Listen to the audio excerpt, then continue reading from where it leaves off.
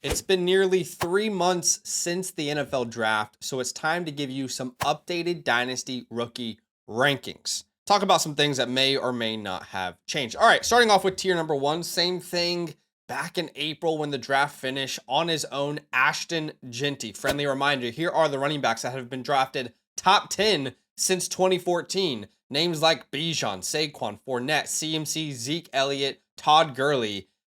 Jeanty is in great company historically. He is the one player that you should bet the highest percentage of your bag on not busting. And let's take a second to even consider the type of team he's about to join, by the way. Think about the Pete Carroll, the identity of a Pete Carroll offense, of a Pete Carroll team. He likes to build teams around great run defenses and monster run games. I mean, the 2 years where Pete Carroll made the Super Bowl with Seattle, they were top 2 in rushing attempts per game in both of those seasons. So Ashton Jeanty should be getting 20 plus touches per game in his rookie season, which would put him amongst elite usage for a rookie running back historically. All right, into tier number 2. Now, when we made these rankings right after the NFL draft, I had one player in my tier 2, and I still have one player in my tier 2. That is Omarion Hampton. Now, yes, we all know Najee recently suffered an eye injury with the 4th of July firework incident. All right, can athletes rather who are making millions and millions of dollars stop playing with fireworks? All right, if I had that much money, I'd be happy to sit on the side in a lawn chair and watch other people play with fireworks at that point, right? I mean, I've got enough money. Anyway, besides the point.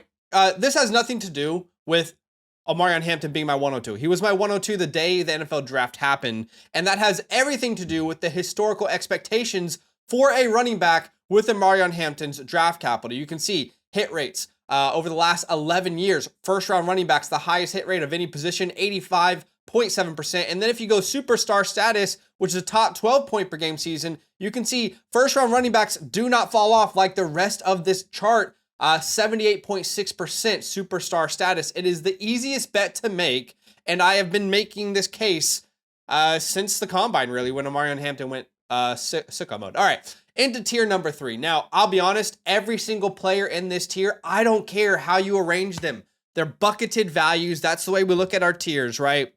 But from 3 all the way to the very end of this tier, I don't care if you have one guy ahead of the other or another ahead of the other. You want to get super technical. I value them all the same, which is why in every single rookie draft I'm in this year, when I had the 103, I was tiering back as much as I could. The 103 down to the 106, to the 107, to the 105. What can you get on top of it? If you're going to have a rookie draft soon, I would do the same exact thing. But we're going to start with Travis Hunter here. If anyone can play both ways in the NFL and do it at a superstar level, Travis Hunter can. I mean, look at his average offensive snaps per game last year. This was up until about week 11. I tracked this, by the way. But Travis Hunter averaging 118 snaps per game. You can see T-Mac around 60, Luther Burden around 45. And remember, he did all of this playing in that Colorado elevation, which is ridiculous. And he won the Heisman while doing so, right? I love Brian Thomas just as much as you guys, but who are they going to target outside of Brian Thomas? Evan Ingram is gone. Christian Kirk is gone. We should see Travis Hunter with a lot of opportunities this year. All right, T-Mac right behind him. Both Travis Hunter and T-Mac are in great company historically amongst the position. There have been 15 wide receivers drafted top 10 since 2014. You look at this big old list, really the only guys who have been a bust, Corey Davis, John Ross, and Kevin White. Outside of that, that's a damn good list, damn good company to be a part of. He should be the number one weapon in Carolina from day one. I'd be shocked if he wasn't. But right after that, we do have Cam Ward. While we might not have been the biggest, stands of Cam Ward as a prospect, he was the number 1 overall pick.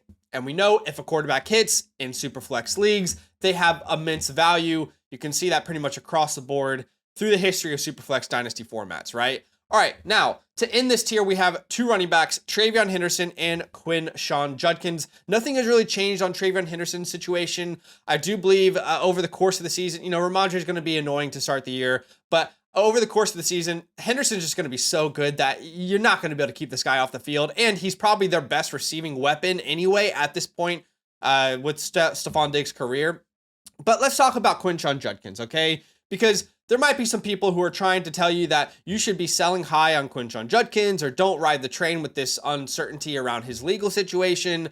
look, at the time of recording this, we don't know how his legal troubles are going to pan out. All right. He was arrested on charges of domestic violence. You all know this by now. We keep hearing different stories day by day. There's a different part of the story. I mean, there's a story from Chris Wrinkle here who talks about how, the victim reported the incident 5 days after it occurred. And after she celebrated her birthday with Quinshon Judkins, then you're having more reports today, more recently, where, the victim is talking about the exact events that occurred and how it happened and why she didn't call. Look, I'm not here to talk about morality. I'm not here to talk about what's right, what's wrong. You shouldn't bet on a player that's done this or that. All I'm here to tell you is how to get the most value out of your dynasty team. And we have seen time after time after time when a player is in this situation, the wrong move is to sell them. The wrong move is to undervalue them, all right? I mean, did you sell Alvin Kamara when he went through his legal situations? Did you sell Rashee Rice low last year when, we were telling you to buy him aggressively on this channel? Ultimately, of course, morally, you don't want people to be doing this. I mean, you have millions of dollars potentially coming into your bank account. Can you please not do something stupid? But that is besides the point. We are going to still bet on Quinshon Judkins. It has not changed my view of him, my dynasty value of him.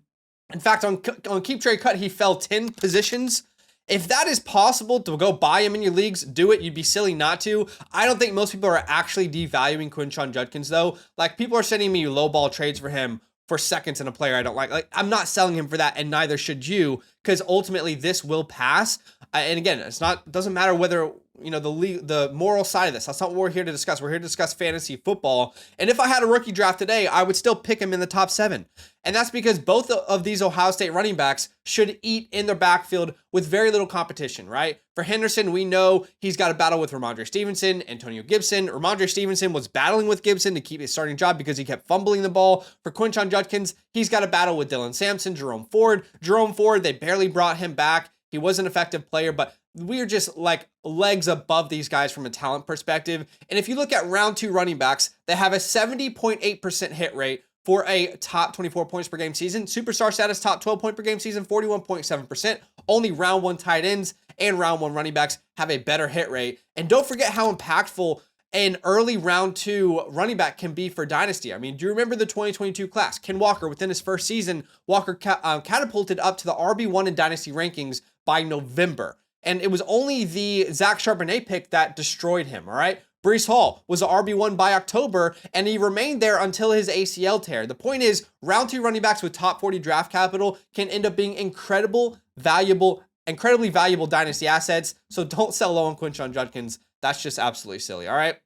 All right, moving on to tier number 4. We do have Emeka Egbuka here at our top spot at number 8. Yes, no doubt, we all are in agreement that the room is crowded, right? With Evans, Egbuka there now, Godwin, Jalen McMillan doing his thing. But Mike Evans, as you all know by now, is a free agent next year. And if Mike Evans truly moves on from this team, Egbuka's value will skyrocket. And don't forget that this guy is just an unreal prospect too. Like, he should earn targets in an offense that is crowded with wide receivers. He should earn targets and show you why he's that dude in year 1. All right, right after that, RJ Harvey. I have him tied with Caleb Johnson. RJ Harvey, he snuck into that round 2 status.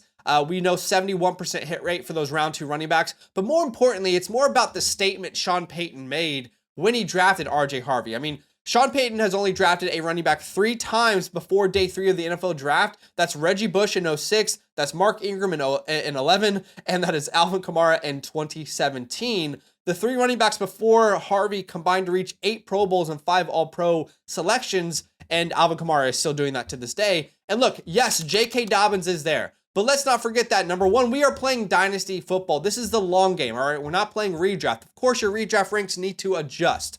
But the Chargers, keep in mind, number 2, the Chargers viewed Najee Harris as an upgrade, and they decided to pay him more rather than bringing back J.K. Dobbins on the cheap.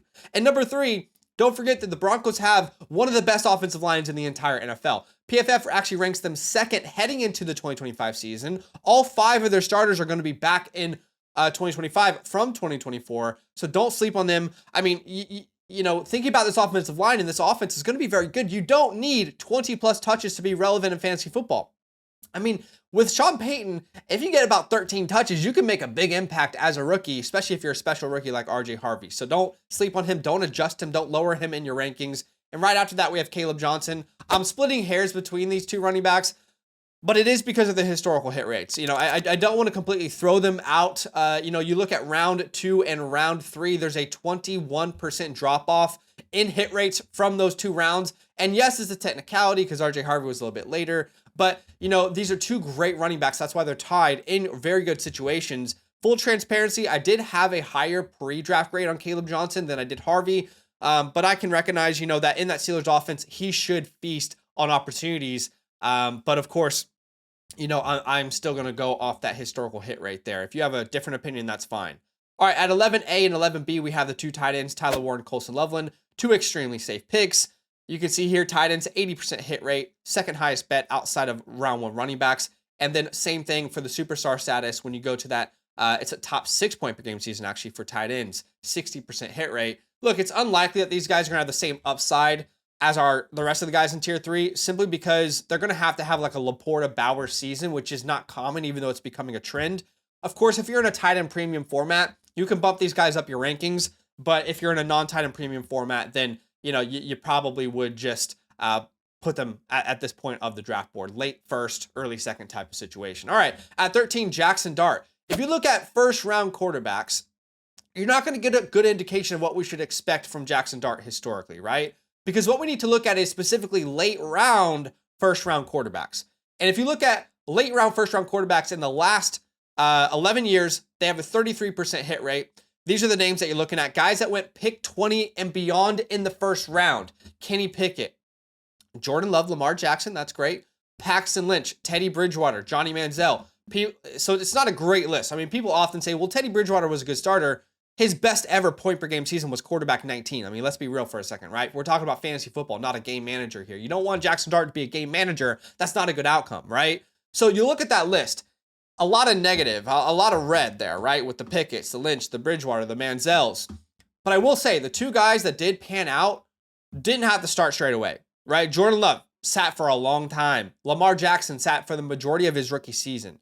We know with the quarterback room they've put together there in New York that they're not going to need Jackson Dart to start straight away. So he should have plenty of opportunity to learn that offense. And he has a great weapon to grow with in Malik Neighbors. So I still like taking a shot on him in Superflex leagues. This kind of feels like this year's versions of Michael Penix, which I was telling you guys to draft last year. But I have less confidence, let's say that. All right, at 14, the last player in this tier, Matthew Golden, probably the most disrespected wide receiver in this class. I mean, the Green Bay Packers broke a 2-decade trend of not taking a wide receiver in the first round, and everyone on Twitter is all of a sudden better at evaluating talent than an NFL front office, right? And, you know, let's be honest, a lot of NFL front offices are not good at evaluating talent. We see that year in and year out, so I think that's a little bit of a silly argument for me. But the common school of thought is there are just too many guys in Green Bay for Matthew Golden to matter. My thought is there isn't a wide receiver in Green Bay that has earned a high target share. So why can't Matthew Golden go out and earn that this year with the Green Bay Packers with a bunch of guys like Christian Watson going down with an injury, right? He'll have plenty of opportunity to step into that offense. All right. If you want an in-depth breakdown of your team with customized trade targets, players to buy, sell, hold, then get your team playbook today by either becoming a yearly Mother Flocker member with the promo code LAND or by going directly to the Flock store, regardless of what promo code you're on. And if you want it done live, make sure you get the live tier. Those links are in the pinned comment. In tier number 5, we're going to start off with Luther Burden. You're going to have to be patient with Luther Burden, even more so since the NFL draft, right? He was, you know, at rookie camp, he was doing his thing, and then he went down with that injury, and now there's this whole thing with all these second-round picks. If you guys haven't heard, 30 out of 32 second-round picks this year have not signed. There's this whole thing with their contract and the guaranteed money, and it's becoming a real concern for me for all these second-round picks because they aren't really... You know, some of them are at camp, some of them are holding out. It's a weird situation. Like Trey Harris, for example, is holding out officially. But anyway, Luther Burden, you're going to have to be patient with him. Loved scouting him. And if he turns into Ben Johnson's starting slot wide receiver, there could be so much value in Dynasty football. It is well worth the, the bet on, taking him early second round in your Dynasty rookie drafts or trading for him now if you want. All right, at 16, Jaden Higgins. Look, if you include Tank Dell's 2024 targets to our vacated target database, then the Texans would be third in vacated wide receiver targets heading into 2025. And Jaden Higgins is the most obvious name to come in and fill that hole. We have seen CJ Stroud, pause. I heard that. All right, I heard it. All right. We have seen CJ Stroud support multiple wide receivers. Jaden Higgins definitely could do that as a top 50 pick for the Texans. But again, a lot of these round 2 guys are holding out. It's a weird situation right now. All right, after that, we have Cam Scatterbo. 4th round hit rate, atrocious. We're looking at a 24% hit rate on round 4 running backs. But to be fair, this team just had a round 5 running back step up for them last year. So if any team is welcoming and open arms to late round running backs that can hit, it's the New York Giants. And I think Scatterbo is just an underrated player in this class. A lot of people keep joking, calling him a fullback, but I think he has a complete package. He can be a threat on the goal line and on 3rd downs as a receiving threat. All right, of course, both those guys will be involved in New York. At 18, Trey Harris. No crazy updates. Don't want to overreact. A little bit of that weird contract holdout. At 19, Jack Besh. Look, I understand Deontay Thornton Jr. is getting a lot of work with the ones right now, but we haven't even gotten to the NFL season. I mean, training camp is going to start in a couple days. We haven't even gotten to training camp, and people are already labeling Jack Besh a bust. That Deontay Thornton is the one to own. I'm not going to overreact too much. You guys can overreact if you like. But I let's be honest, like, did you have any conviction in Jack Besh before the draft? Because if you did, you shouldn't be drastically lowering him because, you know, in July, he hasn't gotten on the field with the ones. Like, what are we talking about? I still love Jack Besh. I think he's going to earn a role in that offense. At 20, Bashul Tutin. Now, this is a scenario where I personally think you can take some stock. Remember, round 4 running backs have a 24% hit rate, so it was already an uphill battle for Bashul Tutin. We like Bashul Tutin a lot on this channel, but this is one of those situations where it will be an uphill battle for him. I don't think you should sell him. I don't think you should drastically lower him in your rankings, but the reports are very strong that it's going to be Travis Etienne as the RB1. Now, we'll see how that kind of transform over training camp as well, but you have to also consider like Tank Bigsby being there, so we'll have to kind of wait and see. But, I mean, I don't remember anyone in July being excited about Bucky Irving either. So you got to, last year, I mean, of course, there were a couple of reports here and there, but you got to deploy a little bit of patience here, guys. All right, heading into tier 6, we'll go through the rest of this video a little bit quicker. We've got a bunch of names that we love, like Kyle Williams. Again, have not heard many reports about Kyle Williams. That's okay. We're in July. At number 22, a guy that has moved up my rankings since the NFL draft, Tyler Shuck. And it's just a logistical question here, right? Which is, okay, what are the odds that Tyler Shuck is going to be a starter for the New Orleans Saints? Well, if you look at their depth chart, it's a very high chance. There's no one there to compete with. So it's the risk reward at this point of your drafts of, okay, if he does start, can I turn him into Sam Howell and trade him for a 2nd round pick in the future? You know, maybe you don't believe in him long term, but it'll be fun to at least see what he does on the field. But round 2 quarterbacks have a 12.5% hit rate. So it's not a very good bet. All right, at 23, Jalen Noel, a wide receiver that we love coming out of this class. He obviously pairs up with his teammate there in Houston. Remember, the Texans have the 3rd highest vacated targets, 2 wide receivers this year. We have a run of tight ends here. Mason Taylor, Terrence Ferguson, Elijah Arroyo. You know, Mason Taylor is the highest there because I think he has the earliest chance to return on your selection.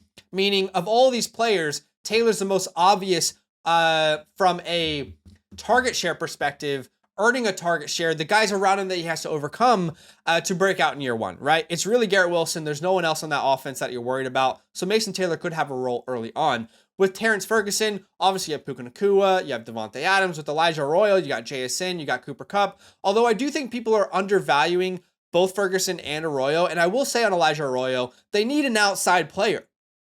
Arroyo can play outside for you if you need to play a little bit of X. He's got that big body. He's a really good route runner. So don't sleep on Elijah. At 27, Dylan Sampson.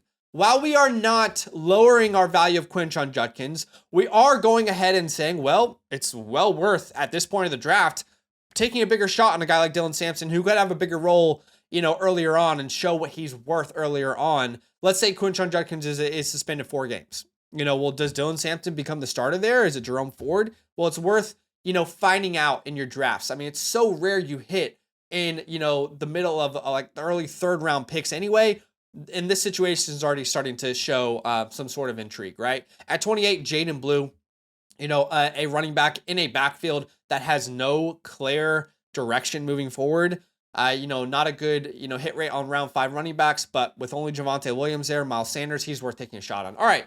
In tier 7, this is mostly handcuff running backs I like to bet on and some wide receivers that I think could have some instant opportunities. So, for example, the handcuffs being like, you could put the entire tier up here. Jarquez Hunter, right? We're looking at the Woody Marks of the world, the DJ Giddens, the Rashard Smiths, the Jordan James, the Trevor Etiennes. You know, with Jarquez Hunter, I do think he has a chance to be involved early on in this offense. I loved him as a player. He can be the lightning to someone's thunder. You know, you look at names like Woody Marks. I know Nick Chubb is there. Nick Chubb's being there does not hurt how involved Woody Marks can be in an offense. They don't do anything the same for an NFL offense, all right? Completely different players. DJ Giddens is one injury away from being the starting running back for the Colts, all right? All he would have to do is beat out Khalil Herbert. Rashard Smith, you'll know how much I love Rashard Smith. We talked about him a lot this offseason. Jordan James, Trevor Etienne's being a little bit undervalued as well. And then we have wide receivers that could, you know, instantly get in some opportunities, like Pat Bryant with the Broncos. I mean, think about how weak that wide receiver room is outside of Cortland Sutton, who has no long-term deal. What could Pat Bryant do as a rookie? How about Alec A.O. Manor? I know my editor loves Alec A.O. Manor. Oh, shit. Here we go again. Alec A.O. Manor down the sideline. End zone. A.O. Manor. Touchdown. Caught. What a catch this time by A.O. Manor. Across the middle, A.O. Manor wide open. Alec A.O. Manor the catch. A.O. Manor dances to the outside. A.O. Manor open. Brings it in. An incredible catch by Alec A.O. Manor. A.O. Manor pulls it in. Touchdown for the Cardinals. And you'll see this young man playing on Sundays. I mean, let's be real for a second. I mean, if Calvin Ridley isn't the same player anymore, outside of Calvin Ridley in general, what's the future of this wide receiver core look like? So if Cam Ward is good, if he's that dude from day one, Alec's going to pay off for a lot of people, I think. And then a couple quarterbacks like Jalen Milroe, Shador Sanders. I haven't really changed my tune on these guys. I know a lot of people were angry that I didn't have Shador Sanders as like a mid-second round pick when the draft finished. I still don't see any reason to put him there. You guys can let me know if you disagree in the comment section. I mean, there's reports that he is a quarterback 4 on the depth chart. There's reports he's a quarterback 2, the 3. It just doesn't matter at this point in the offseason. And then we're here into tier number 8, where we kind of have these deeper dives, in my opinion, guys who are, again, you know, each tier you go on, they are less likely to really pay off selecting them, but they go later in your drafts. So running backs I love here, like Taj Brooks, Ollie Gordon, Kyle Monangai, Devin Neal. Monangai is super interesting to me, especially with being in Chicago, the success of a Ben Johnson-led backfield. You know, every year in Detroit, Ben Johnson had 2 running backs finish top 24. So definitely interesting to monitor there. Then you have names like Jalen Royals, who is probably going to have a tough time getting on the field there in Kansas City, but I loved him as a player. Savion Williams, who's probably a player who's going to have a little bit of a hybrid role. That's great. It typically means nothing for fantasy football unless you become Deebo Samuel. So not very likely. At 45, Harold Fannin Jr. You know, a lot of people love Harold Fannin Jr. I was a little bit iffy on him as a prospect. And, you know, now we have to deal with the situation of who's his quarterback. You know, what about David Njoku, Jerry Jeudy, Cedric Tillman? Maybe I'm not seeing something. You guys can let me know. At 46, Deontay Thornton Jr. Yes, he's already on the field with the number 1s. I might not be adjusting enough. You can let me know. I mean, him already being on the field with the 1s, maybe he should be up there with the Alec A.O. Manors, the Pat Bryants. Let me know in the comment section. But Deontay Thornton Jr., a player that is already getting work with the 1s, a player that is at this point picked up off every waiver wire in Dynasty football.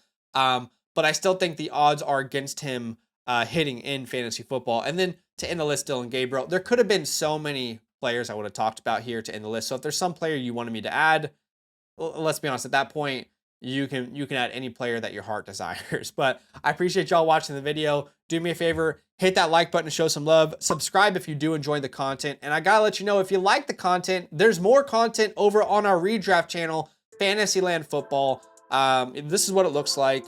Would love for you guys to go subscribe over there, as we're producing content there as well. And it's gonna help you in season. But enjoy the rest of your day, and I'll see you guys very soon. Nothing but love. If you're thinking about supporting us in this economy, that's big love, and you deserve love in return. So for every yearly Mother Flocker member who uses the promo code LAND, we're giving out a free team playbook, our 2025 rookie report, access to all premium tools, free site vouchers, and of course, a huge thank you from the LAND crew. You're far too kind. That's love.